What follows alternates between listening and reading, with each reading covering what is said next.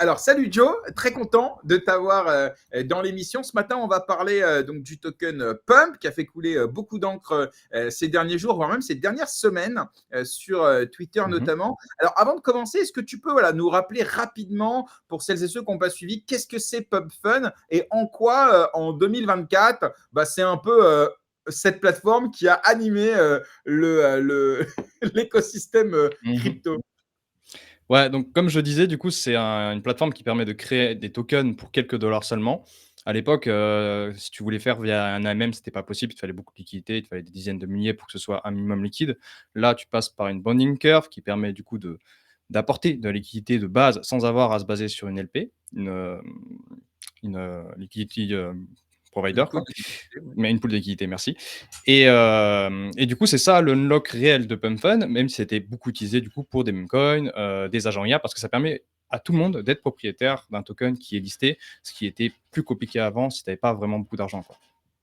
Donc en gros, sur Pump Fund, c'est un peu une manière décentralisée de se constituer cette liquidité initiale qui permet ensuite de rendre le token suffisamment liquide pour être tradable dans des conditions, on va dire, normales de marché. Donc c'est une bonding curve qui est un peu une espèce de zone tampon, corrige-moi hein, si je me trompe. Et cette zone tampon, il y a un montant qui est fixé, en sol, qui est entre 60 et 100 000 dollars, je crois, de ce que j'avais C'est ça. entendu. Hein. Et si tu arrives à réunir cette liquidité, à ce moment-là, le token, eh bien, il est listé automatiquement sur un DEX plus traditionnel comme Redium. Hein. C'était un petit peu ce qui se passait jusqu'à présent. Et qu'est-ce qui se passe si la liquidité n'est pas réunie d'ailleurs c'est quoi il y a un délai à partir duquel on renvoie les fonds. Tu sais ça, toi? C'est ça qui est intéressant, c'est que si le token ne passe pas la bonding curve, le token tout ce qui a été apporté et qui n'a pas été retiré, du coup, n'a pas été vendu, est bloqué dans le smart contract à tout jamais. C'est pour ça pendant un moment, je ne sais pas si tu te souviens, mais c'était très bullish pour Sol parce que justement, c'est que des sols qui sont dans ces contrats-là. Et du coup, il y a énormément de sols qui sont bloqués et qui seront unlockés seulement si on passe la bonding curve. Sauf que une fois que la bonding curve n'est pas passée dans la semaine ou le mois, elle a peu de chances de Ça passer. passera jamais, quoi. Donc en fait, c'est Ouais, autant de sols qui sont quasiment, on peut dire, sortis de la supply, quoi. Parce qu'ils exactement. sont. Ok, c'est énorme ce truc. Ok. Très bien. Une espèce de wallet dormant en sol qui un jour va se réveiller. Ça va être marrant d'ailleurs. Ok, très bien. Merci pour ce petit débrief. Alors, ils ont annoncé il y a quelques mois. Alors au départ, ça se disait, ensuite ça a été annoncé officiellement hein, qu'ils pensaient à lancer leur token. On en avait parlé dans l'émission et toi, tu as toujours été optimiste, peut-on dire, sur ce lancement de token. Pourquoi, avant de parler du lancement, des conditions du lancement, on y reviendra dans le détail bien sûr, pourquoi dès le départ, tu as toujours pensé que c'était une bonne chose pour Pump Fun de lancer son propre token. À noter que jusqu'à présent, Pump Fun fonctionnait avec du Sol dans tout son écosystème sur la blockchain Solana. C'était le Sol qui était utilisé justement pour apporter de la liquidité dans la bonding curve. Donc jusqu'à présent, en fait, ils ont utilisé le Sol et Solana. Là, eh bien, ça va être le Pump. Donc pourquoi tu as toujours été optimiste quant à ce lancement? Toujours, depuis le début, tu n'as jamais varié là-dessus. On peut te le reconnaître. Je suis optimiste parce que, ils ont voulu se lancer à 4 milliards de FDV, ce que je trouvais pas énorme. Je sais que ça fait des grosses sommes pour certains, mais en fait, quand tu regardes les revenus, c'est très peu et je trouve ça très cool parce que, c'est en fait, le premier à avoir fait ça, c'est Hyperliquid. C'est-à-dire qu'il a construit une application et des revenus avant de faire un TGE. Alors que d'habitude, on a des promesses, un white paper, un token qui vaut rien parce qu'il y a pas de revenus et en général, ça finit, en caca de boudin. Là, on a vraiment, des projets qui se disent: «Bah, d'abord, je vais build un produit, je vais faire des revenus, j'ai prouvé ma valeur et comme ça, je vais construire une charte qui est jolie, qui est basée sur des revenus et pas de la spéculation et je vais prouver ce que je vaux déjà» et Pump Fun l'a fait. Pump Fun est sur l'année entière, si on prend un an ou même si on prend depuis, début 2025, l'application ayant généré le plus de revenus devant Hyperliquid.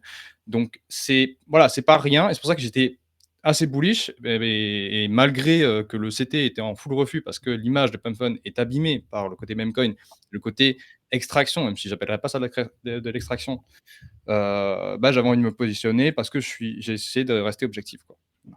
Ok, non, mais c'est bien. Alors, en tout cas, ah.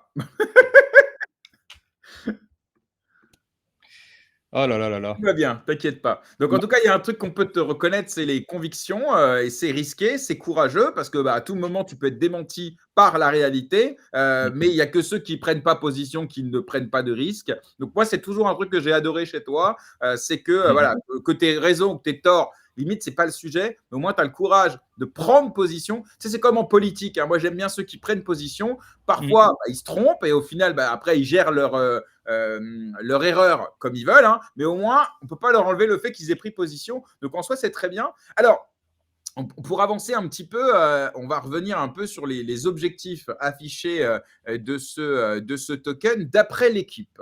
Donc, d'après l'équipe, l'objectif, c'est renforcer l'identité communautaire parce que c'est vrai qu'on ne va pas se mentir, aujourd'hui, quand tu n'as pas de token, bah, tu n'as pas vraiment d'existence propre on-chain. Et donc, évidemment, bah, quand tu as ton token, bah, ça veut dire que tu mets en parallèle de ton produit eh bien, une appétence ou un manque d'appétence du marché. Et ça peut se valoriser que via un token ou une collection NFT, peu importe. Donc ça, c'est important pour eux. Servir aussi de socle pour l'expansion du projet. Donc en gros, financer les développements futurs, même si on peut dire qu'avec leurs revenus, voilà, ils ont déjà généré quand même pas mal de cash. Mais bon, il en faut toujours plus et derrière financer une stratégie d'acquisition qui a été affichée. D'ailleurs, ça a déjà commencé. On y reviendra. Et donc, alors, il y a aussi un autre objectif qui a été affiché par le fondateur A1LON9, Alon, Alors, qui parle de, disons, remettre en question la domination des réseaux sociaux actuels. Alors ça, c'est un truc dont je n'avais pas vraiment entendu parler avant, mais là, j'ai l'impression qu'ils veulent se positionner un petit peu en concurrent des réseaux sociaux actuels, peut-être avec leur outil de stream, j'en sais rien. Donc ça, c'est un truc un peu nouveau. Moi, j'en avais jamais entendu parler avant. Et là, ça va être leur nouvelle roadmap, c'est de concurrencer, je sais pas moi, Instagram ou X. Alors là aussi, si on revient sur les objectifs affichés de la team, qu'est-ce que tu en penses, toi? Est-ce que tu penses que ça a la moindre chance de se réaliser? Est-ce que tu trouves que c'est la bonne orientation go-to-market? C'est quoi ton avis là-dessus, vraiment sur le fondamental de ce lancement de token? je pense que c'est malin, je pense qu'ils ont de l'or entre les mains, mais se rester là-dessus, ce serait assez dommage et il faut étendre comme un hub communautaire sur tout ce qui est, création de tokens, simplement parce que ça reste un projet qui est dédié aux gens qui ont pas beaucoup d'argent, à n'importe qui, à la communauté. N'importe qui peut lancer, voilà, un token pour 2 et je pense que c'est autour de ça qu'ils veulent créer, justement ce réseau social. C'est pour ça qu'on a vu l'attribution avec Skullscan, qu'on voit le streaming. Voilà, un peu comme Facebook à l'époque qui rachetait un peu tout, je pense que c'est un peu ce qu'on va voir avec PumpFun, c'est qu'il va essayer d'engloutir un peu tout ce qui est réseaux sociaux, communauté et puis tout ce qui peut faire créer un peu de. Ouais, ça, ce côté un peu réseau social sur la blockchain, quoi. Ok, donc toi, tu penses que c'est quelque chose qui peut être à terme réaliste parce que tu sais, la narrative du social fi, c'est pas nouveau, hein. On a à l'époque évidemment des projets qui se sont lancés un peu là-dessus. Je ne sais plus comment il s'appelle. Tu sais, le Fintech, Ouais, il y a ça, mais il y a eu aussi une blockchain Farcaster, ça Forcaster, aussi ouais. qui consistait effectivement à monétiser l'engagement sur les réseaux sociaux.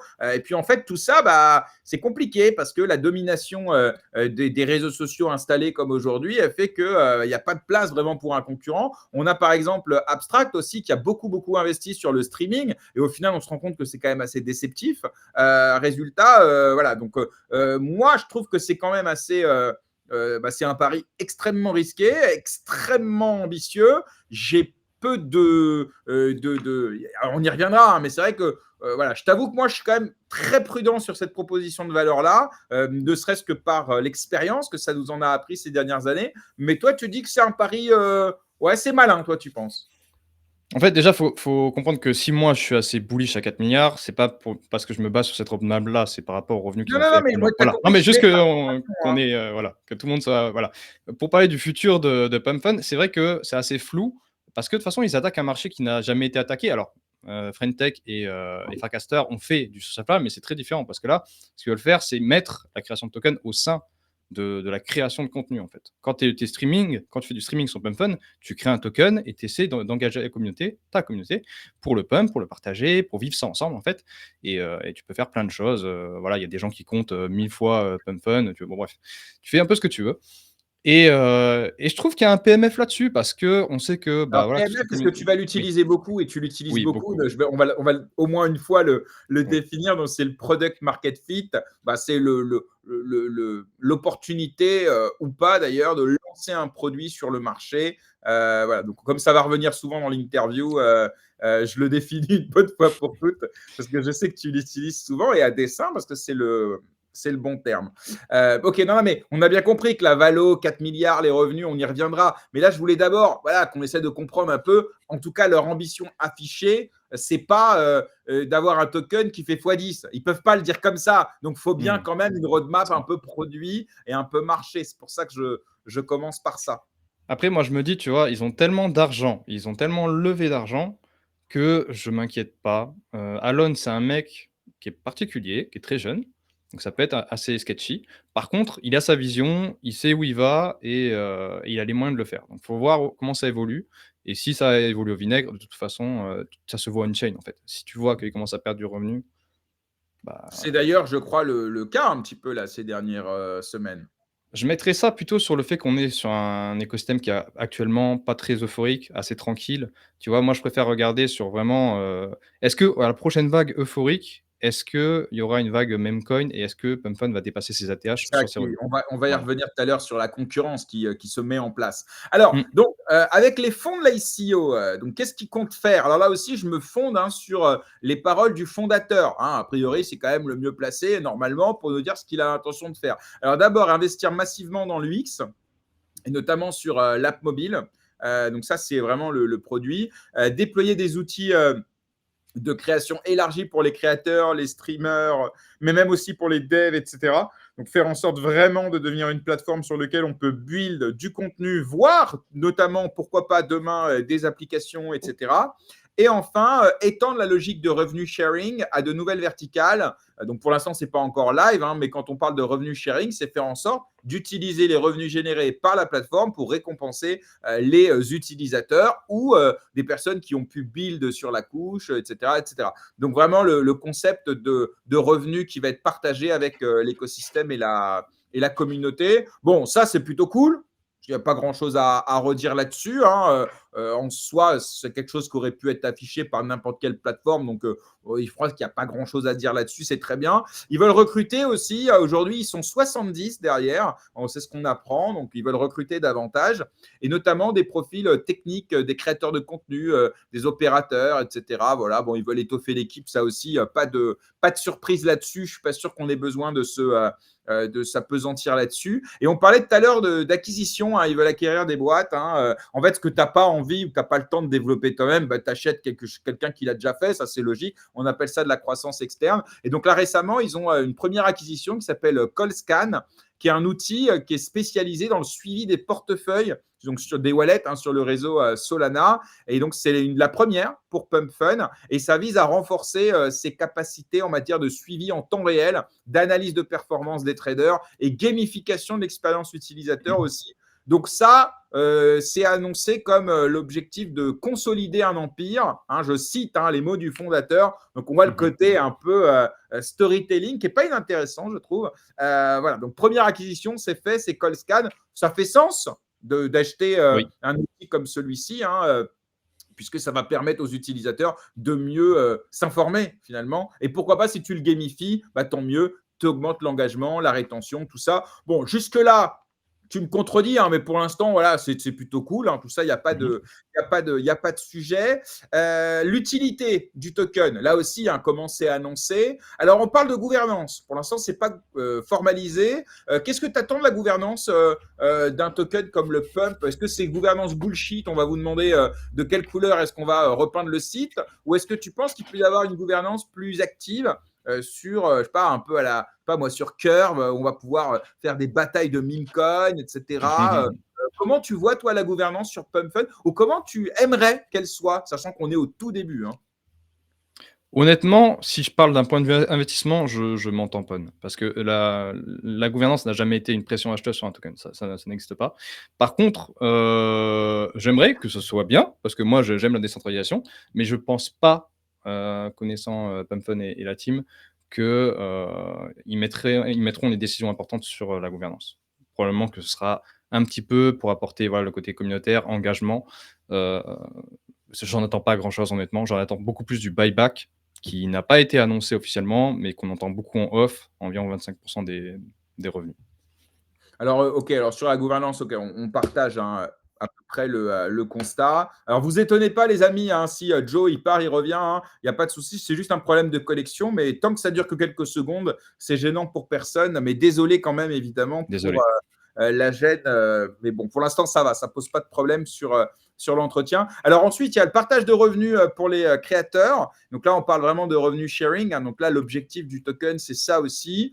Voilà, accès à des services sociaux préférentiels. Donc peut-être aussi mettre en place un système de rank, hein, où en fonction du nombre de tokens que tu as ou peut-être du staking ou j'en sais rien, que ça te permette de débloquer des fonctionnalités ou débloquer des services. Bon, ça aussi, c'est assez typique, hein, dans l'économie des tokens, c'est de récompenser ceux qui en ont par des services exclusifs, etc. Ça aussi, tu attends quelque chose de ce côté-là. Est-ce que tu envisages pas une fonctionnalité exclusive réservée aux personnes qui détiennent tant de tokens, par exemple? Tu as pensé à ça ou... Je suis assez mitigé là-dessus parce que Hyperliquid fait pareil et j'ai pas l'impression qu'il y ait beaucoup de gens qui le fassent, que ce soit vraiment une pression acheteuse. Mais c'est toujours, en fait, tu as un token, tu lui crées de l'utilité. Après, il faut pas que ce soit péjoratif pour les gens qui n'aient pas de token parce que ça, je trouverais ça assez bearish. Il faut que la plateforme soit le plus utilisée possible parce que le revenu, il vient du fait que ce soit utilisé, pas du fait que le token soit acheté pour avoir un service. Donc voilà, j'espère que ce sera pas restrictif pour la plateforme. Mais c'est pas un Par truc, exemple, encore une sur fois, Hyperliquid, l'exemple est intéressant parce que tout à l'heure, on va en parler de la comparaison entre les deux parce que tu fais cette comparaison souvent et tu n'es pas le seul. Mais par exemple, sur le perp Hyperliquid, le fait de détenir du hype, ça te permet de débloquer quelles fonctionnalités, par exemple, ou quels avantages pour celles et ceux qui nous écoutent? Si tu peux nous en donner au moins un pour qu'on comprenne. il me semble que tu as des fees moins chers, de souvenir. Ce Ouais, sera à donc un revérifier, peu, mais il me semble que ce qu'on peut retrouver par exemple sur BNB, si tu détiens, enfin sur Binance, si tu détiens ou si tu payes tes frais en BNB, je crois que c'est ça, tu peux réduire tes frais, de cette façon-là, quoi. OK, ouais, mmh mh. d'accord. Bon, effectivement, de toute façon, c'est des choses assez standards. On peut parler de même de solutions très centralisées comme, crypto.com par exemple, où lorsque tu détiens, ou quand tu stakes, ou tu immobilises une certaine quantité de CRO, ça te permet de bénéficier d'une carte, de débit OK. avec du cashback et tout. Donc voilà. Donc là, voilà, c'est des choses pour l'instant, on les énumère, hein, mais qui sont assez standards, assez classiques. Hein, c'est pas Mmh très mh. innovant. Ça veut pas dire que c'est pas bien, hein, mais ça veut dire que voilà, pour l'instant, c'est pas non plus ouf. Alignement communautaire et narration. Bon, ok, j'imagine, hein, voilà, favoriser la création de contenu sur les réseaux, favoriser, je sais pas moi, peut-être des ambassadeurs de Pump qui viendront parler du projet, etc., créer du contenu autour, etc. Ça aussi, c'est très bien. Je pense qu'il n'y a pas de souci. C'est des choses dont on a besoin pour assurer une position dans l'écosystème. Alors, a priori, il n'y a pas de burn qui ont été annoncés, je crois. Je n'ai pas vu de mécanisme de déflation. Je me trompe? Non, non, mais mon hot take, c'est que le burn, c'est cata. C'est très bien à court terme, mais tu es en train de brûler de l'argent, en fait. Les pour moi, les entreprises, donc les applications qui réussiront sont celles qui réinvestissent dans leur succès. Burn, c'est j'ai C'est voilà, marketing souvent le burn de toute c'est façon. C'est une marketing, façon de donc dire OK. je brûle du token, comme ça les tokens restants par définition gagnent de la valeur parce qu'ils sont plus rares. Ça c'est un mécanisme marketing qui est très utilisé. On parlait de Binance, hein, tous les trimestres ils brûlent des millions de BNB. Mais ça tu vois le burn il est lié à l'activité. Il n'est pas arbitraire comme ça. Mais ok, donc toi tu n'es pas fan du burn, bah, tant mieux, ça tombe bien puisque le hype, enfin, le pump, pardon. Pour l'instant, il n'y a rien dans ce sens-là. Pas de staking non plus. pour l'instant. J'ai pas vu d'informations sur le sujet. C'est pareil, un staking dans le cadre d'un utility token comme celui-là, bah, c'est marketing, c'est réduire la quantité de tokens en circulation, notamment sur les échanges, en l'immobilisant pendant une période donnée. Donc, ça permet de réduire la pression vendeuse latente, mais il n'y a pas d'utilité intrinsèque comme on peut avoir du staking sur Ethereum, où ça sert à assurer la sécurité économique de la blockchain. Donc là aussi, j'imagine que toi, c'est pareil, le staking en dehors des blockchains en proof of stake, tu penses que c'est du bullshit marketing? Oui. Voire même, certains pourraient parler de manipulation de cours d'une certaine manière, parce que quand tu réduis artificiellement la supply en circulation ou la supply totale avec le burn, d'une certaine manière, tu manipules un petit peu le cours avec un mécanisme artificiel. En fait, si tu as confiance en ton projet, tu as pas besoin de bloquer les tokens des gens. C'est un peu ça, mon avis. Ouais, je partage à peu près le constat. Alors, airdrop maintenant. Alors, airdrop, on en a parlé juste avant. Alors, c'est un sujet qui fait beaucoup parler. Parce que, évidemment, ceux qui utilisent la plateforme depuis des mois et des mois, ils s'attendent à ce qu'ils soient récompensés a posteriori de leur activité. D'autres se sont mis à l'annonce du token à farmer à mort la plateforme en disant que peut-être il y aurait un airdrop. Donc, pour l'instant, il n'y a pas de airdrop qui a été annoncé officiellement. En revanche, la spéculation va bon train, comme on dit. Et d'ailleurs, j'en vois beaucoup qui, d'ailleurs, je vais partager un post sur lequel je suis tombé hier soir. Je vais vous le partager. J'aimerais évidemment avoir ton avis sur ça. Et je sais que beaucoup sont très attentifs sur ton avis sur la question. Pardon. C'est si Alon, donc le fondateur de Pump Fun, ne fait pas de airdrop à nous tous, et bien dans ce cas-là, on arrêtera de trader sur Pump et on ira sur Bonk. Alors bon, on reviendra tout à l'heure sur la concurrence, bien sûr, mais il y a une espèce de chantage, de menace de la communauté en disant tu as intérêt de nous faire un airdrop, sinon ça va barder. Alors, deux questions pour toi, Joe. D'abord, est-ce que tu penses qu'il y aura un airdrop? Est-ce que tu penses que c'est une bonne chose s'il y en a un? Et quid s'il n'y en a pas? Voilà, c'est quoi ta position sur le sujet? Alors déjà, je pense que le chantage, on en a vu sur tous les projets et bon, c'est un peu aux F tiers. Un airdrop, je sais pas. Je sais pas du tout en vrai. Il est capable comme il n'est pas capable, ça en fait, ça va dépendre de lui. Je pense qu'il va s'écouter. C'est pas un gars qui écoute la communauté, c'est pour ça que, selon plus, ce genre de chantage n'aura aucun impact. Si il pense que ça aura un impact, dans ce cas, il faudrait délivrer beaucoup de tokens. Il a la capacité de le faire. Il pourrait faire un des plus gros airdrops jamais vus. Est-ce qu'il veut le faire? Est-ce que c'est pertinent pour lui, sur un horizon de 10 ans? Peut-être pas. Mais je pense que dans tous les cas, en fait, s'il fait un airdrop, les gens vont JIT, le prix va tanker. S'il fait pas d'airdrop, les gens vont se plaindre, le prix va tanker. En soi, moi, ce que je vois, c'est que, encore une fois, très simple, ils font du revenu, ils vont faire du revenu et prends pas trop la tête avec ça. Mais je suis très curieux. Je suis très curieux de voir ce qui va se passer. Ouais, c'est vrai. En tout cas, quand on regarde un petit peu là sur les réseaux, vraiment tout est dit. Donc faites attention évidemment et fiez-vous aux sources fiables. Mais il y a beaucoup de rumeurs autour d'un airdrop qui pourrait avoir lieu en août. Là, on lit un petit peu. Il y en a qui arrivent à tracer on-chain et qui arrivent à avoir des déplacements de tokens qui pourraient potentiellement être liés à un airdrop. Voilà. Donc il y a beaucoup d'informations, sauf erreur de ma part, à l'heure à laquelle on enregistre cette vidéo. Il n'y a pas de airdrop pour l'instant qui a été annoncé officiellement. Mais effectivement, ça ferait sens. La question, ça va être évidemment quand. Parce que typiquement, ils ont le choix de le faire quand ils veulent. Uniswap, ils ont attendu des années avant de faire un airdrop. Et ça s'est fait comme ça du jour au lendemain. Donc, pourquoi pas voilà. En général, c'est avant le TG. Enfin, c'est annoncé avant ou au moment du TGE. Là, ce serait après. Voilà, on ne sait pas trop. On verra bien. En tout cas, voilà. Bon, pas grand-chose à dire de plus puisqu'on n'a pas d'informations sûres. On peut que spéculer par rapport à ça. Alors, parlons quand même de la réputation de Pump Fun qui, évidemment, fait débat. On a eu, évidemment, les dérives sur Pump TV, le service de stream de Pump Fun, dans lequel, l'année dernière, ils ont fait l'objet de critiques légitimes. Ils ont dû d'ailleurs suspendre le streaming pendant quelques semaines, le temps d'assurer plus de modération parce qu'il y avait des dingueries qui étaient faites en direct, en streaming. Évidemment, il y a eu aussi des problèmes liés d'une certaine manière à l'équipe, avec voilà, certains qui les accusent d'une gestion un peu floue, etc. Et puis surtout, il y a une vague. Alors, j'ai fait un post là-dessus parce que j'avoue que j'ai été surpris. Une vague d'antisémitisme décomplexé contre cette équipe Oui. de Pump Fun, dont le fondateur est israélien. Bon, bah voilà.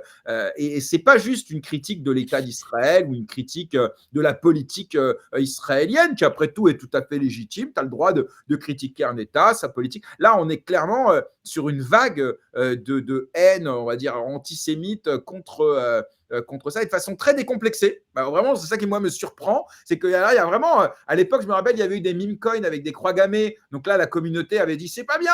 Alors là, pour le coup, on peut y aller, mais à volo là-dessus. Alors, c'est ça, évidemment, on peut pas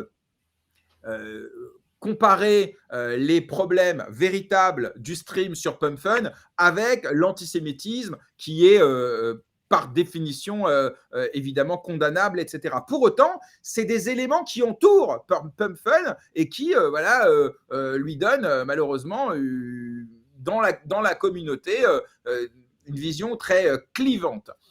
Est-ce que tu penses, question très ouverte, on a le temps, hein, que la réputation de Pump Fun peut être finalement sa plus grande faiblesse? Parce que le produit, lui, visiblement, il marche bien, quoi. Donc, Moi, je pense pas. Tu vois, quand Hondo est sorti, tout le monde gueulait. Hondo, il a perf, maintenant tout le monde l'adore. Sui, c'est pareil. En fait, quand le projet commence à rendre les gens riches parce qu'il fait bien les choses, tout de suite, la vie change. Et Pump Fun, en fait, il a cette image parce qu'ils ont extrait beaucoup d'argent. Non,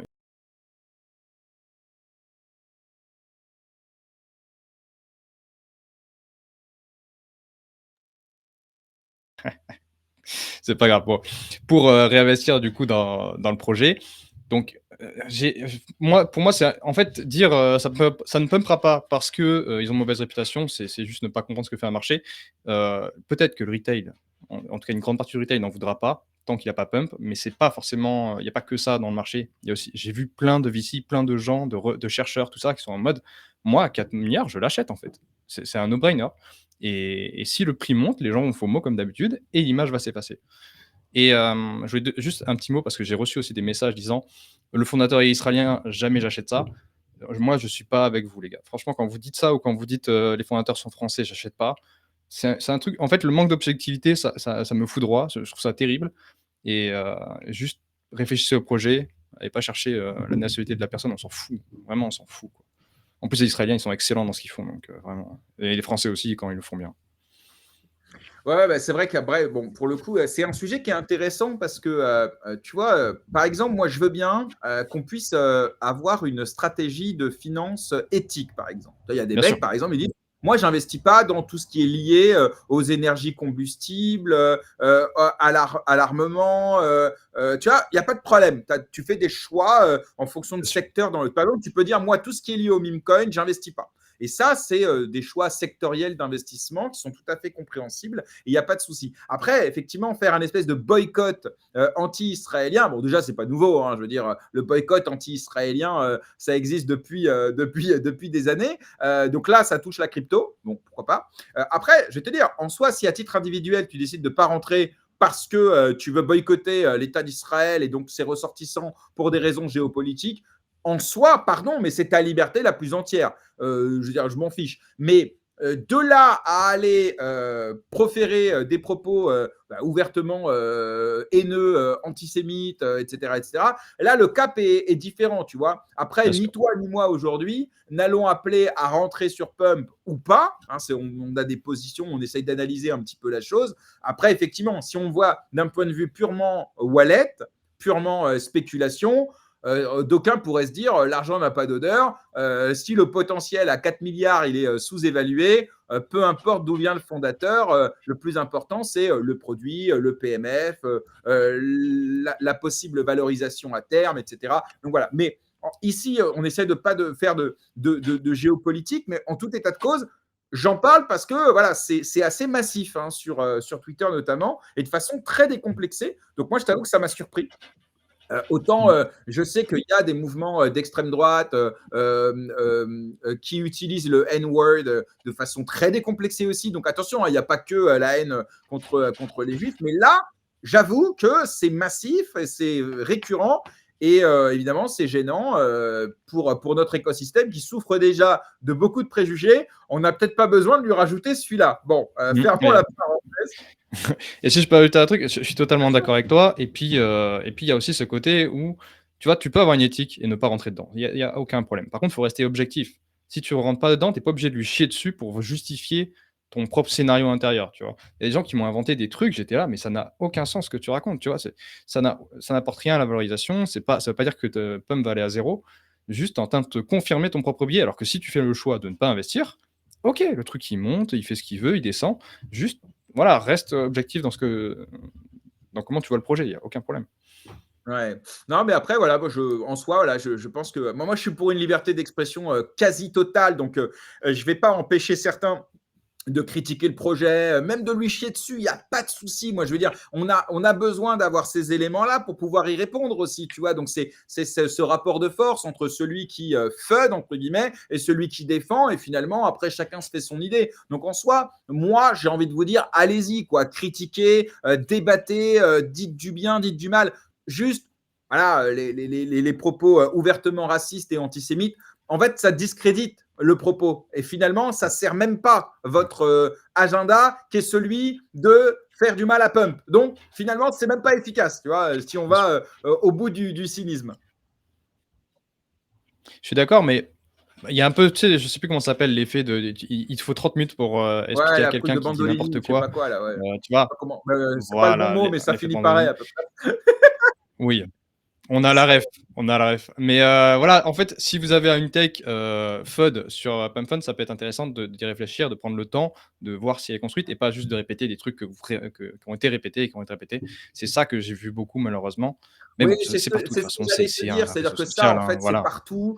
Soit c'est des personnes qui sont pas rentrées, ils Bien sont sûr, dégoûtés et donc ils veulent évidemment se confirmer qu'ils ont bien fait et en dégoûter les autres. Mais ça arrive dans la crypto ou ailleurs, hein. Je veux dire, quand tu as pas réussi à bien aller au sûr. restaurant parce que tu as pas eu de place, tu dis que c'est dégueulasse, hein. Non mais voilà, bon, c'est l'âme humaine, ça on C'est changera vrai. pas, tu vois. Et puis ça fait aussi, encore une fois, je suis peut-être un.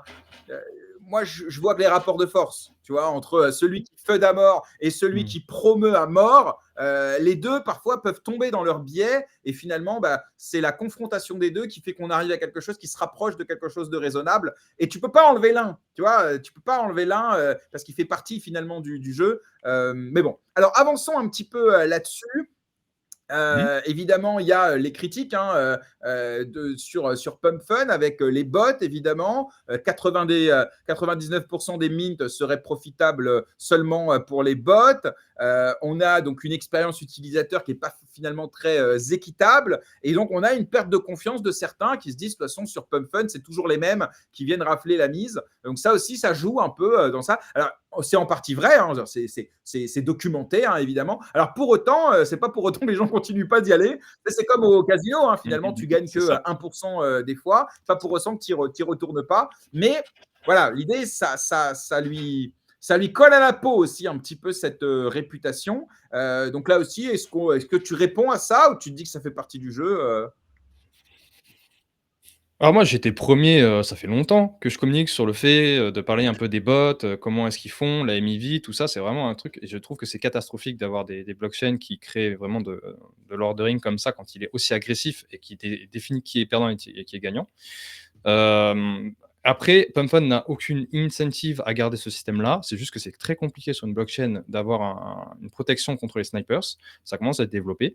Donc je pense que dans le futur, ce sera, en tout cas j'espère qu'on aura une protection là-dessus parce que franchement, c'est terrible et même si les odds, dans tous les cas, elles sont cheatées, elles sont biaisées parce qu'il y aura toujours en fait, les mêmes coins, c'est que de la connaissance, je connais lui, il m'a dit ça et dans tous les cas, quand vous débarquez seul, vous n'avez pas les armes pour gagner.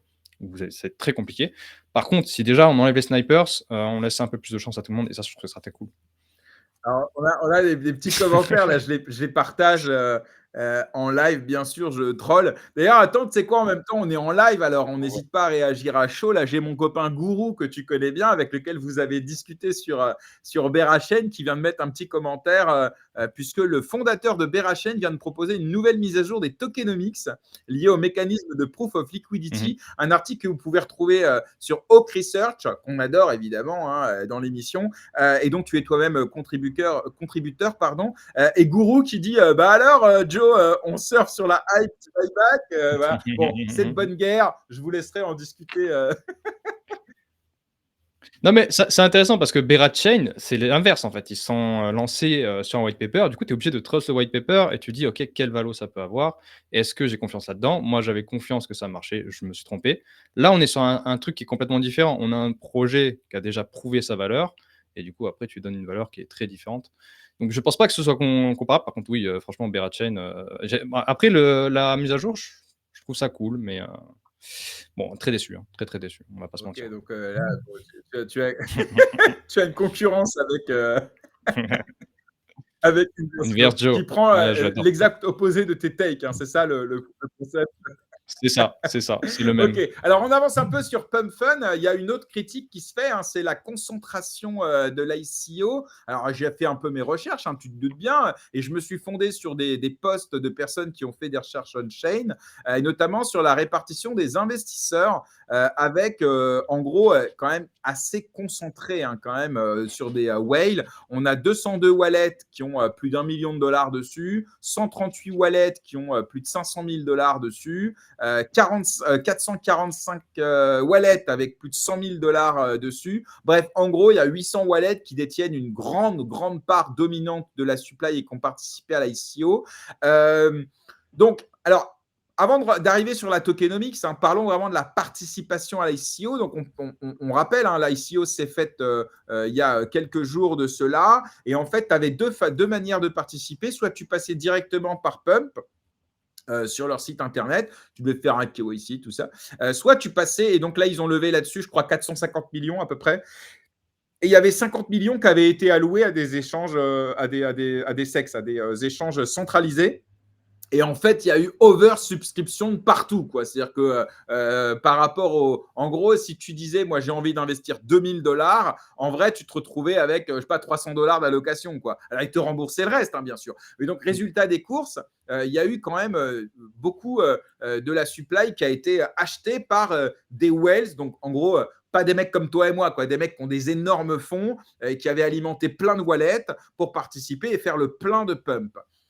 Donc là, la conséquence de ça, pour le retail évidemment, c'est que cette concentration du token par les whales crée potentiellement une concentration du token et derrière un risque de dump très très fort. Donc comment toi tu analyses ça? Est-ce que tu penses que ça fait partie du jeu, que c'est pas très grave à long terme? Enfin, comment toi tu as vécu ça puisque tu as participé évidemment à l'ICO? Moi, je considère que, un token qui est, avec une très grosse concentration de whale, c'est beaucoup plus bullish que bearish. Ça peut être bearish court terme, mais en général, ça porte un token. Tu vois, Big Tensor, par exemple, à l'époque, c'était que des whales dessus et en fait, on a vu à partir du moment où ça a commencé à descendre vers le retail, quand il y a plus beaucoup de whales, c'était son top.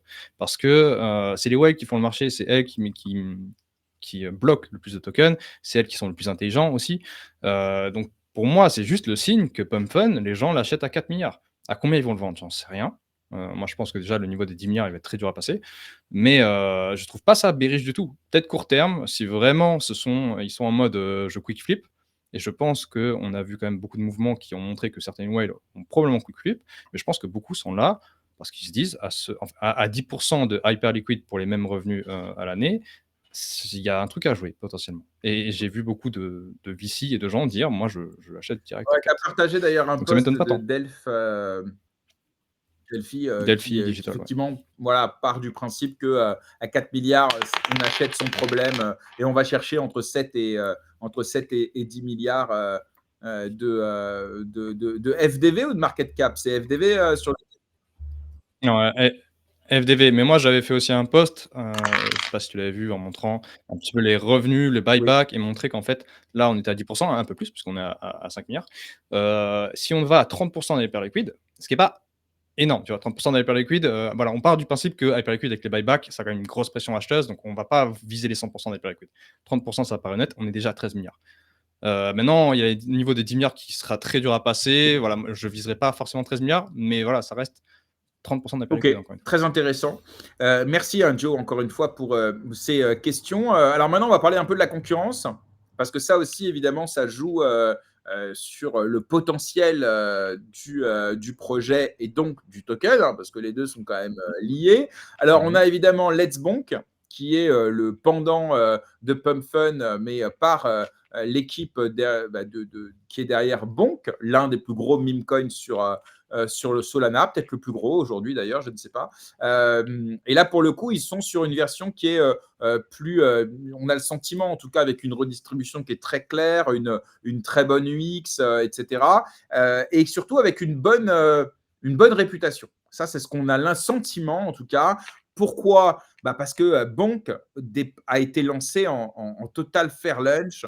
Il y a avec un énorme airdrop qui a été fait auprès de plein de personnes de l'écosystème Solana à l'époque. On peut retrouver les conditions du airdrop à l'époque. C'était pour les développeurs, pour les personnes qui détenaient certaines collections de NFT. Enfin, Bonk, il a toujours eu une bonne réputation, tu vois. Donc, il est soutenu par l'écosystème Solana massivement. Et là, effectivement, on voit qu'en termes de revenus et de parts de marché, ils ont quand même fait fort, hein, alors que c'est un truc qui est lancé il n'y a pas longtemps, tu vois. Donc, ils sont venus grappiller pas mal de parts de marché de Pump Fun. Et puis, on a Binance qui a annoncé hier ou avant-hier, je ne sais plus, sa solution avec pareil, une bunding curve, un peu comme Pump Fun, quoi, pour lancer son token, avec une différence quand même, évidemment, c'est que ce sera permissionné, c'est-à-dire qu'il faudra candidater et ensuite être approuvé avant de pouvoir se lancer dessus. Donc ça vient de sortir. Le premier lancement, il est prévu aujourd'hui, je crois d'ailleurs. Mais qui vient dans la course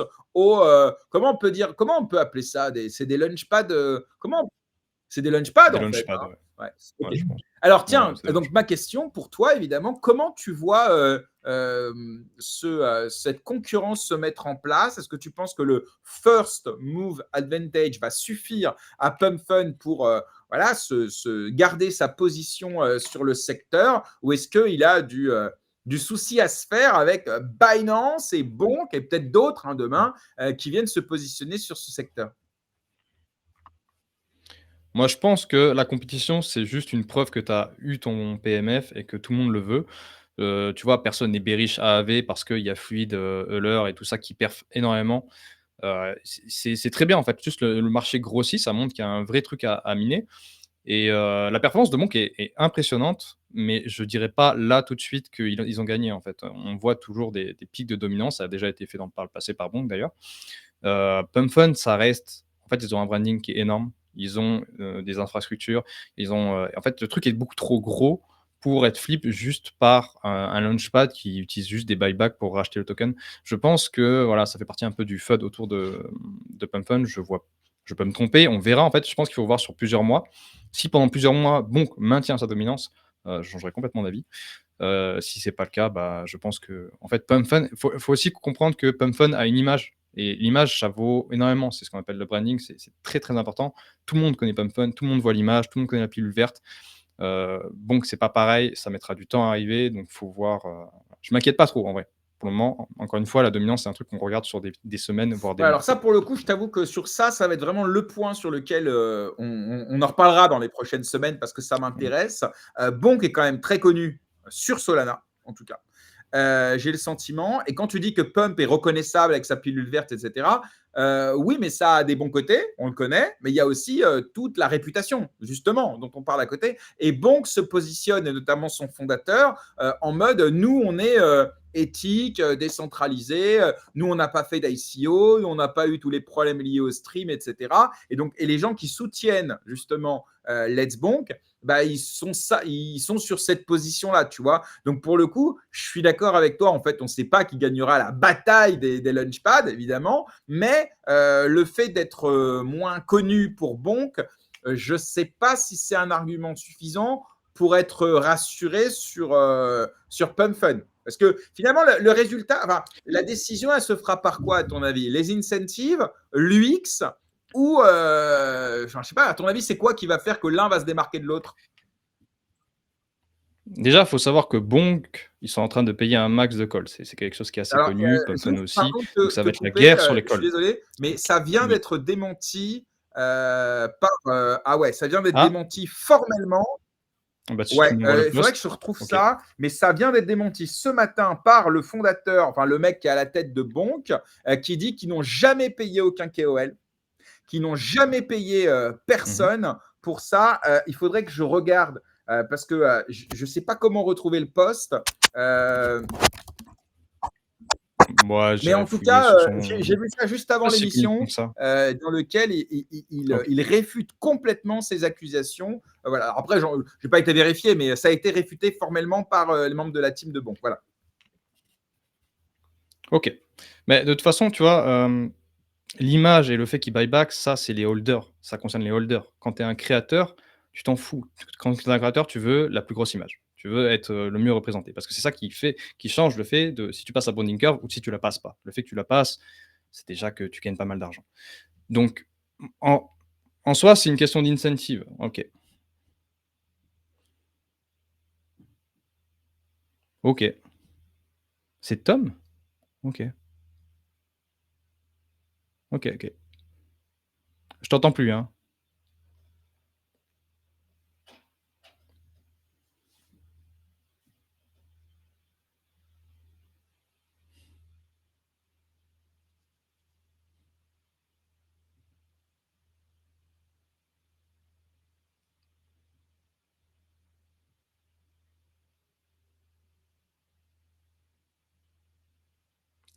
Ouais, c'est ce qui me semblait. On t'entend pas, Jérém. Ah mince!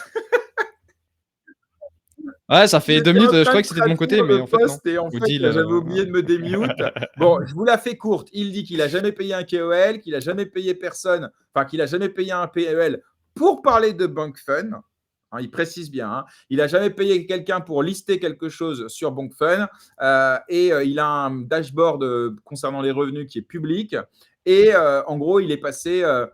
Il pose la question, à votre avis, comment on est passé en 2 mois d'une plateforme qui était déclarée morte à ce qu'elle est aujourd'hui, avec des résultats qui sont bons, hein, on peut le dire. Et il explique cela parce qu'il dit que Bonk répond à finalement l'agacement des personnes sur Solana, de comment ça se passait juste avant. Et c'est donc en gros, hein, il se positionne comme l'opposant à Pump Fun. Hein, c'est à peine dissimulé dans son poste.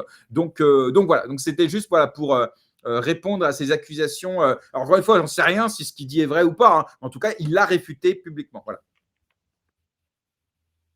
OK, OK. Mais oui, voilà, comme je te disais, je pense que c'est une question d'incentive. Je pense que la plateforme qui gagnera sera celle qui donne le plus de lumière au token et je pense pas que ça dépende des holders et donc du buyback, de l'image, peu importe. Le créateur, ce qu'il veut, c'est que son truc passe à bonding curve. Donc ce sera à suivre. Voilà, faut voir, comment ça évolue. Franchement, j'enterre pas Bonk du tout, hein. Moi, je trouvais ça assez cool de voir la tokenomics. La tokenomics, c'est très cool. Celle de Pump aussi, mais très corpo. Celle de Bonk est beaucoup plus, Web3. C'est un peu Cypherpunk Bah, Align. c'est simple, vous pouvez la retrouver, vous Donc ça, tapez c'est cool. Tokenomics Bank, hein, elle est publique, hein, et effectivement, elle a quelques années maintenant, puisque le token a été lancé. Mais surtout, c'est vrai que ça a été un des tokens qui a été lancé avec le plus de fairness. C'est-à-dire qu'ils ont vraiment sélectionné les personnes à qui envoyer le airdrop, ils ont pris les personnes les plus actives, vraiment dans l'écosystème Solana. Et c'est pour ça que la réputation est bonne. Ensuite, bon, on se rappelle, a fait les belles heures du Sagaphone, hein, puisque finalement, ceux qui ont acheté le téléphone à l'époque, le Sagaphone, eh bien, ils ont pu avoir un airdrop aussi de Bonk. Donc, en gros, Bonk s'est toujours positionné comme on récompense ceux qui build sur Solana, ceux qui y évoluent.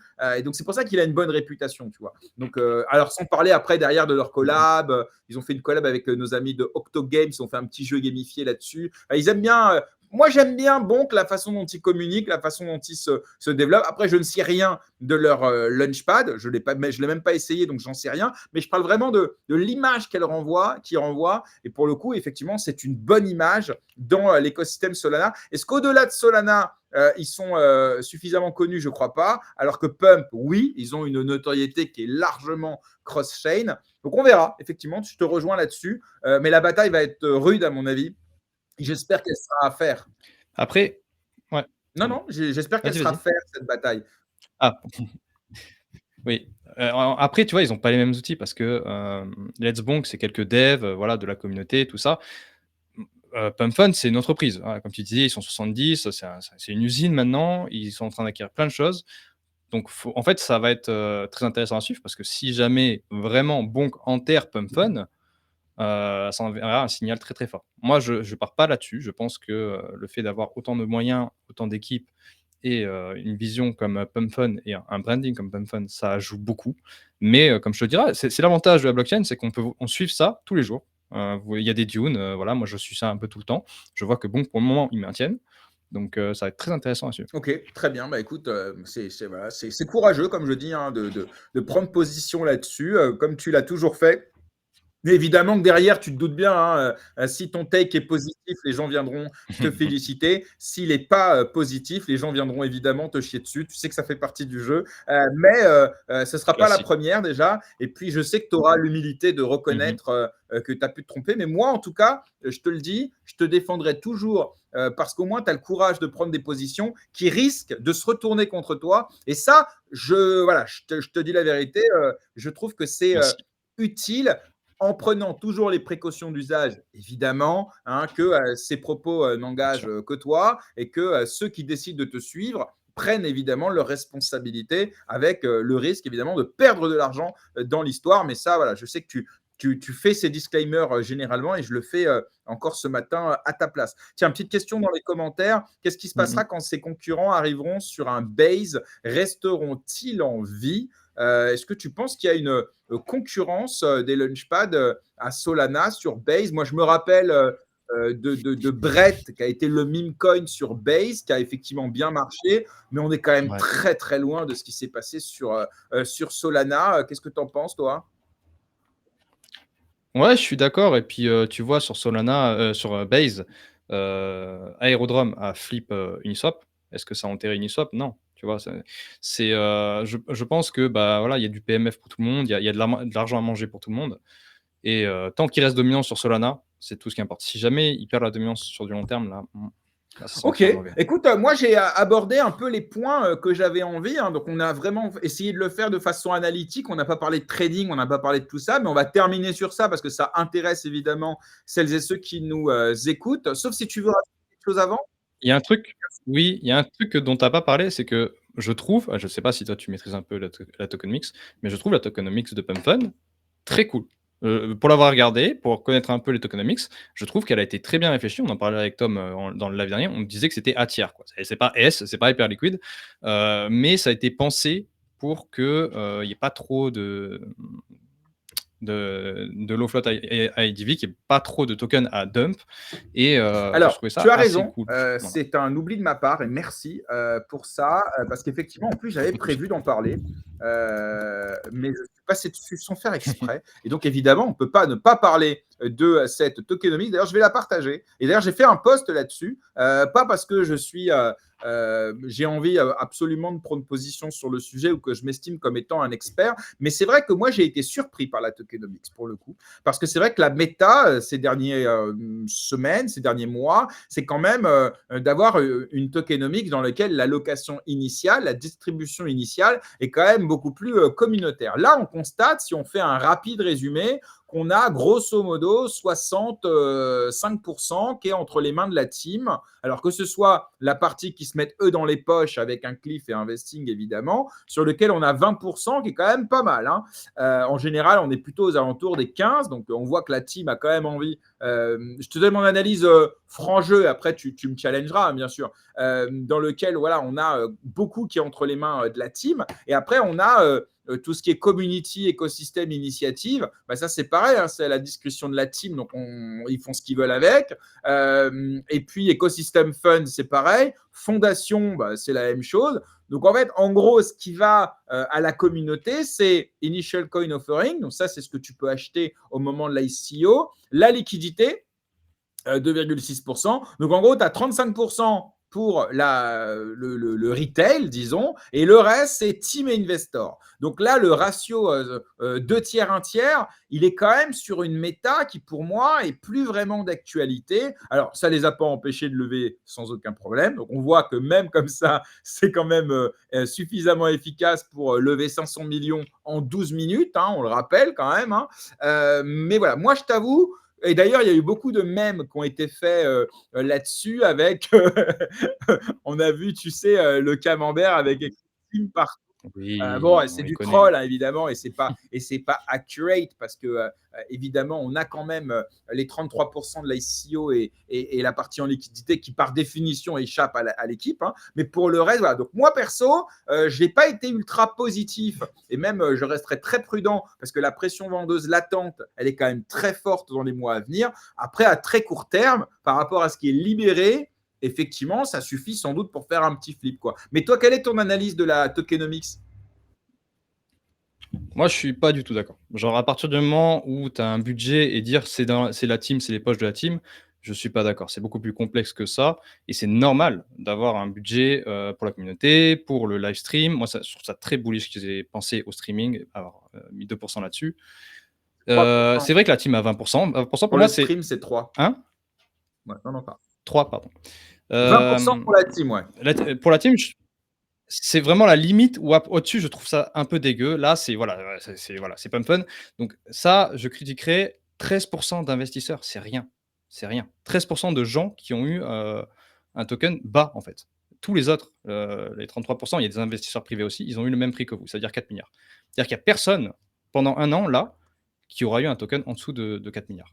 Et ça, je trouve ça très cool. Il y a 60% au TGE, donc ça va à l'encontre de ce qu'on a l'habitude de faire actuellement en crypto, c'est-à-dire d'avoir 20%, 30% max en TGE, et après, bah, c'est un déferlement de tokens. Je trouve ça très cool.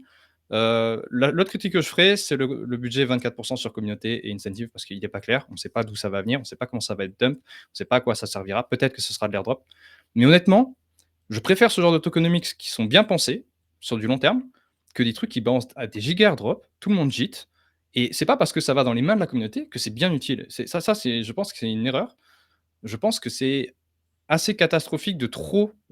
Soit tu donnes beaucoup d'airdrop et vraiment tu te bases sur le fait que voilà, tu te dédies à ça comme fait Hyperliquid, soit tu en donnes pas. De faire la moitié et voir les gens JIT parce que bah, juste ils étaient là pour le farm, Ouais, je tu trouve vois, ça catastrophique. Donc franchement, pour un.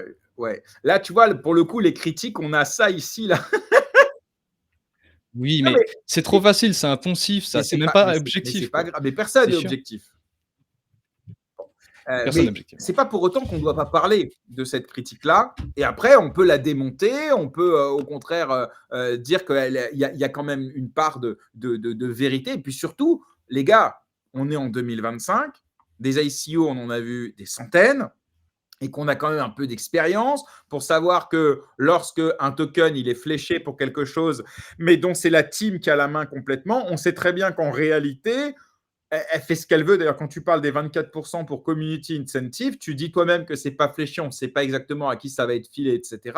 Cette part d'incertitude, elle repose sur la confiance que tu as dans l'équipe. Donc, si tu as confiance dans l'équipe, je te rejoins complètement. On peut se dire, je préfère qu'il soit dans la team bien utilisé dans l'intérêt du produit que dans la communauté qui va se contenter simplement pour flip. Et là, pour le coup, ce point de vue-là est complètement compréhensible. Maintenant, effectivement, quand on a vu les derniers tokens qui ont été faits avec 50% de airdrop, par exemple, bon, moi, je parle souvent au Pingu, tu vois. Bon, il n'y a pas eu d'ICO, c'est vraiment juste du airdrop.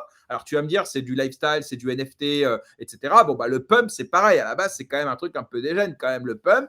Mais ils ont vraiment voulu le fabriquer comme, tu sais, un produit sérieux, avec une tokenomique sérieuse, des cliffs, des vestings, etc. Donc, c'est un choix. Mais c'est vrai que, bon, moi, je t'avoue, je m'attendais à un truc un peu plus communautaire. Donc, si on prend le poste là, on a 20% pour la team. Bon, bah, ça, c'est bon. 13% pour la team, c'est les existing investors. Donc, là, on ne sait pas c'est qui. Ça se trouve, c'est la team. Ça se trouve, c'est des VC. Ça se trouve, c'est des potes. Là, Non, on on le sait. sait. Il y a eu des levées de fonds depuis un an à plusieurs valos. Il y en a qui sont rentrés très bas parce qu'à l'époque, Pump Fund Donc ne là, c'est valait des gens rien, qui sont ce qui est rentrés dans normal. l'equity, c'est ça? Euh,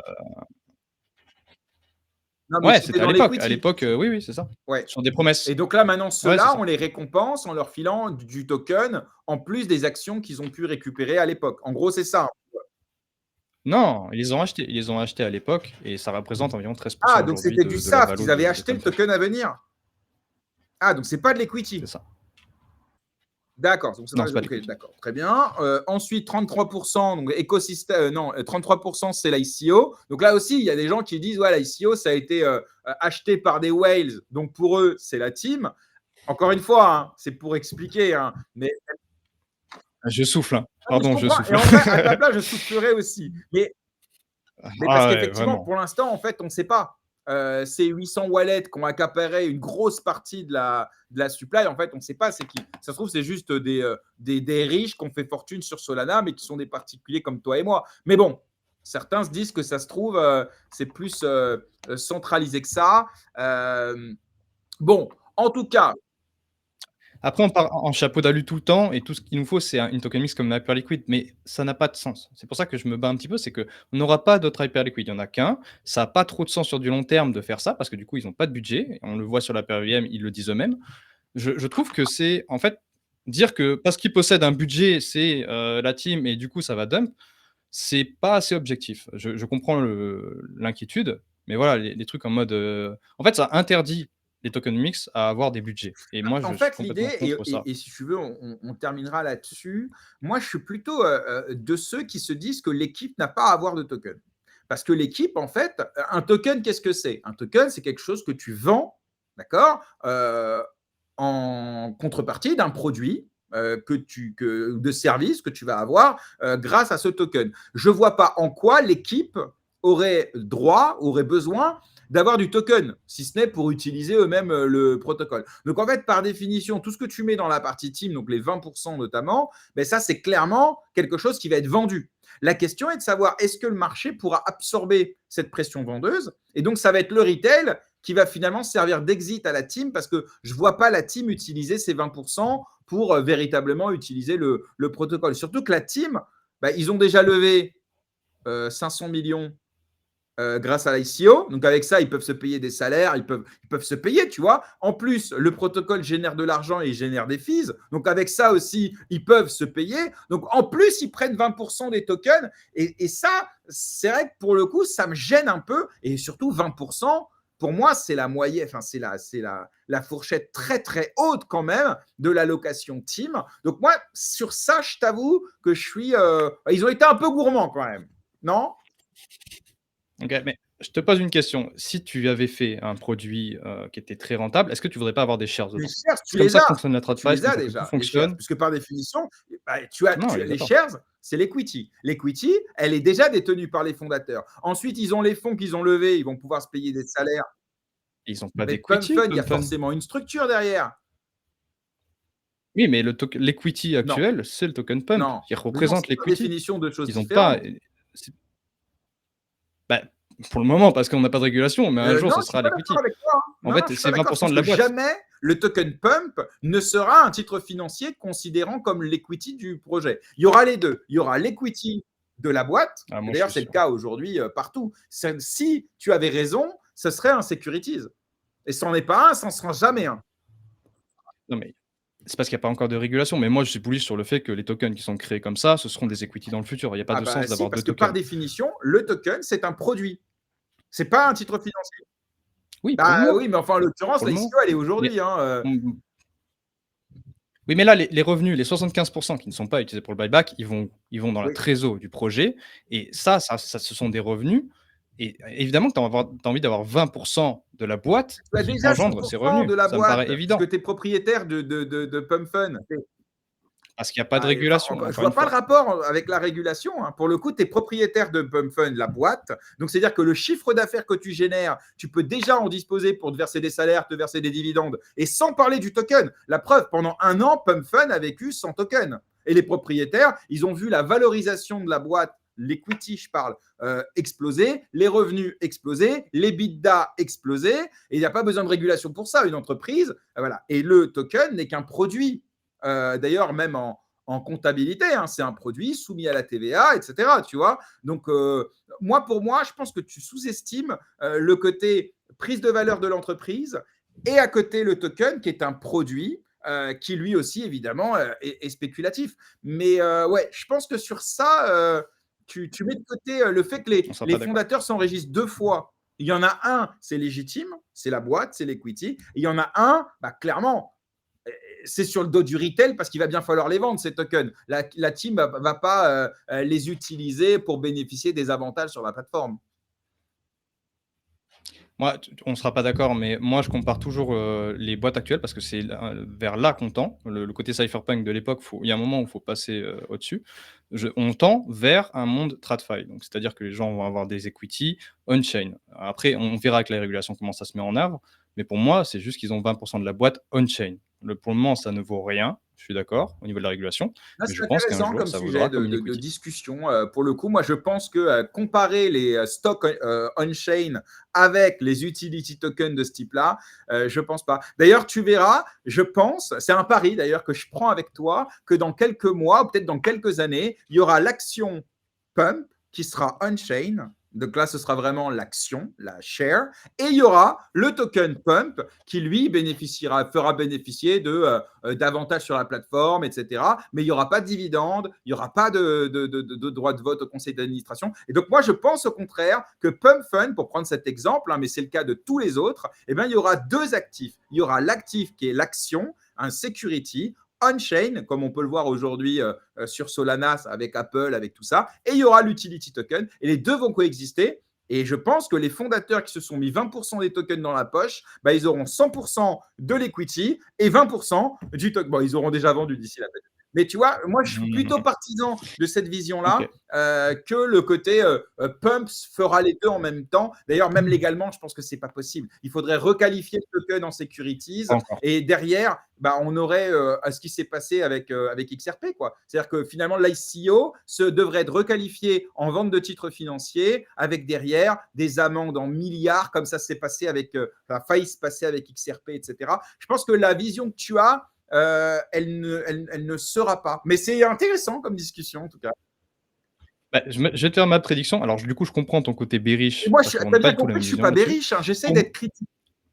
Non, Comprends bien, mais hein. oui, je comprends en tout D'ailleurs, cas je précise à oui, celles je et ceux comprends. qui nous Le écoutent, côté en tout cas, je le dis en toute transparence, j'ai pas participé à l'ICO et j'ai pas acheté de token pump, pas parce que j'y crois pas ou pas parce que, mais parce qu'en fait, j'attendais d'avoir cette discussion avec Joe. Voilà, je vous le dis. Et maintenant, je ne partagerai pas pas trop tard. ma position, elle n'appartient qu'à moi, mais avec cette discussion, elle m'a permis de comprendre un peu mieux. Et merci encore une fois d'avoir pris le temps de venir voilà, me donner ton opinion. Et je te laisse finir sur. Oui, ma prédiction à moi, parce que tu as fait ta prédiction. Ma prédiction à moi, c'est que le token, les equity et les tokens on-chain vont merge au bout d'un moment grâce à de la régulation et qu'on va retrouver les deux. On va probablement même trouver un token qui est né dans le Web3 sur le Nasdaq un jour. C'est juste que ça prendra du temps, de la régulation. Mais c'est ma vision. Voilà. Personne ne sait actuellement. Il faudrait être dans les petits papiers de Trump. Mais en tout cas, ce sera intéressant à voir. Mais par contre, je comprends. Alors, en fait, si tu as raison, ce serait très bearish pour beaucoup de tokens, je trouve. Bah, écoute, we'll see, comme on dit. Voilà, Joe, we'll est-ce que see. tu veux rajouter quelque chose sur ça? Oui, peut-être. Allez, un dernier petit point pour ceux qui nous écoutent. Ils veulent tous savoir. Donc, le token, il a été, le TGE, c'était 0,004 $. Le token, il est monté, il a fait Mmh. 50% de gain. Ensuite, il est redescendu, mais il est toujours au-dessus du prix au TGE, puisque là, on est à 0,06, 0,05 dans ces eaux-là, grosso modo. Donc, on est toujours un peu plus, enfin 20-25% de plus que le prix au TGE. Toi, dans tes tweets, parce que je te lis évidemment, tu dis que voilà, tu as un prix Mmh. d'achat moyen à 0,051, 52, un truc comme ça. Donc, c'est-à-dire que tu as racheté après le TGE. Euh, c'est quoi tes targets si tu veux les partager? Alors, je précise bien sûr, évidemment, c'est pas un conseil en investissement et c'est juste voilà pour donner quelques clés, peut-être de lecture chartiste à celles et ceux qui nous écoutent. Alors déjà, il faut savoir que moi, j'ai Ah, raté t'as pas l'ICO. participé à Voilà, l'ICO? c'était le truc que j'ai raté. Mais J'étais avec non! ma Alors, c'est un copine, truc que j'ai t'attends complètement depuis oublié, 1000 ans et le jour même. ouais, je sais. Ok, J'ai racheté donc là, je 25% savais plus haut, pas. du coup, D'accord, un peu très plus. bien. Voilà. Donc c'est un achat que j'ai fait, parce que j'avais pas le choix. Parce que, voilà, je me suis mis avec Tom, on s'est mis sur la chart, on a regardé les bottoms, on s'est dit: «OK, là, c'est un bon niveau». J'ai racheté, ça a été très bien. Si jamais ça repasse en dessous en ATL, je vends et je rachète plus bas.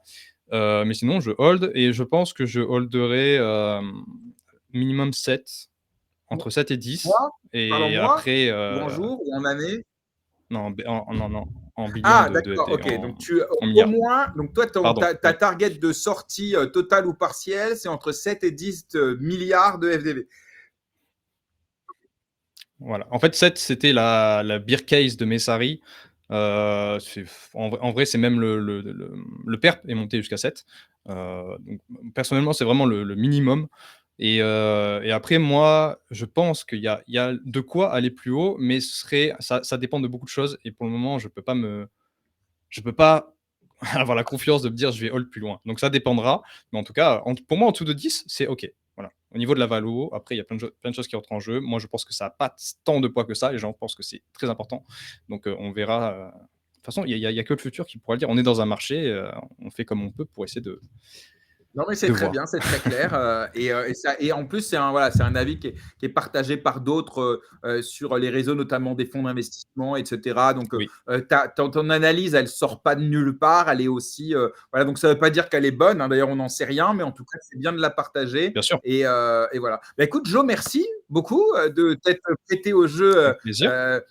j'allais dire d'avocat de Pump Fun, mais parce que pour que l'interview soit intéressante, je me devais de venir t'apporter un petit peu voilà, les doutes, etc., que tu puisses y répondre en toute honnêteté. Et celles et ceux qui nous écoutent, de toute façon, se feront leur idée en fonction des critiques qui sont apportées, de tes réponses. Et puis après, chacun doit être responsable, bien sûr, de ce qu'il fait et ni me reprocher à moi de ne pas avoir suffisamment promu, ni toi de Mmh. l'avoir trop promu.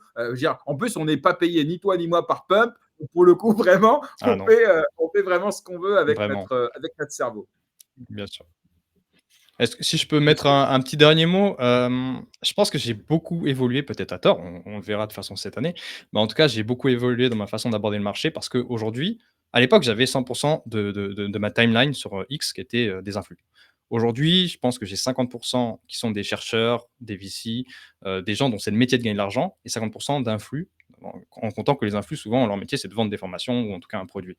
Donc je trouve que c'est très intéressant et c'est pour ça que je voulais en parler, de apporter un peu de chercheur dans sa timeline. Surtout qu'on arrive dans un écosystème qui devient de plus en plus mature, qui apporte des revenus, les gens font plus de recherches qui sont pertinentes. Donc je pense qu'aujourd'hui, il faut un peu partager sa timeline et pas suivre que des influx parce que les influx, bah, c'est très émotionnel, c'est très, voilà, c'est son avis, c'est beaucoup moins de la recherche pure et dure. Ils n'ont pas fait des études pour ça et voilà, je voulais un Eh peu ben, apporter ça. Et je suis un influx, donc tu vois, non, non, c'est mais c'est con, hein, bien. Et mais bon. avec Thomas, 0x Aigri, vous faites votre part, entre guillemets, pour apporter justement cette dose de recherche. Et après, il faut faire la part des choses entre j'analyse un protocole et derrière, est-ce que je décide ou pas de me positionner. Mais ça, je répète, Bien sûr. vraiment, je pense que c'est courageux de ta part de dire, voilà, moi j'y crois, moi j'y vais, avec le risque, comme là c'est arrivé avec Gourou, qui vient te dire alors la tokenomics de Verachène, mais ça fait partie du jeu et il n'y a que ceux qui prennent pas position qui sont sûrs de jamais se tromper. Donc voilà, moi je te le dis, je te le répète, je trouve que c'est très bien et continue comme ça. On a besoin de ça pour Merci. voilà, se faire son opinion, même si on ne la partage pas toujours. Joe, merci infiniment. Je renvoie celles et ceux qui nous écoutent évidemment sur Decrypted, qui est un média. Il y a une chaîne YouTube, il y a un Discord, mais aussi à te suivre sur Twitter pour avoir un contenu voilà, tantôt fun, tantôt analytique, tantôt parfois même des prises de position assez courageuses. Et je te souhaite, pas si tu pars en vacances, mais un bel été. Et puis, je te renverrai une petite invitation peut-être à la rentrée pour venir parler d'un sujet ou d'un autre. C'est toujours un plaisir de te recevoir sur la chaîne. Avec plaisir, merci. Puis je gérerai internet d'ici là, donc j'imagine que tu pars en Non, alors vacances, en pas tout cas, du si tu tout. me dis Moi, je ça, suis. donc passe de Non, bonnes non, non. vacances. Pas Les du tout? prochaines Ah merde! vacances, c'est en novembre. En attendant, on sera live tout l'été pour voilà, faire des interviews, des chroniques comme d'habitude. Non, je pars pas cet été. Donc voilà. OK, À OK. bientôt, mon Très Joe. cool. Ça marche. Bah, Salut. merci. Ciao, ciao. Bien, cette émission est terminée. J'espère que vous avez passé un bon moment avec moi. Ça fait 3 heures de live, on ne voit pas le temps passer. Une interview avec Monsieur TK, une chronique avec Joe sur Pump Fun pour essayer de comprendre un petit peu l'écosystème dans lequel nous évoluons. Si ce n'est pas déjà le cas, je vous invite à vous abonner à l'ensemble de nos réseaux. C'est très, très important pour nous sur YouTube, sur Twitch, sur Twitter, etc. N'oubliez pas aussi d'activer la cloche pour être informé dès qu'il y a une nouvelle vidéo sur YouTube. Et puis, je vous donne rendez-vous demain matin pour un nouveau numéro en anglais sur l'écosystème Multiversix. On se posera la question de la démission de Benny. Eh ouais, parce qu'à un moment donné, il faut bien prendre ses responsabilités quand rien ne va. Et puis, on parlera aussi d'autres sujets, hein, bien sûr. Et puis, vendredi matin, j'aurai l'occasion de recevoir, le plaisir de recevoir un artiste bitcoiner. Donc, on va parler d'art, Bitcoin. Et derrière toute la critique, évidemment, du système financier par le prisme de l'art physique, en l'occurrence. Il s'agit de NAJP, que vous pouvez d'ores et déjà suivre sur Twitter. Je vous souhaite une excellente journée et puis je vous dis à très bientôt. Salut à tous!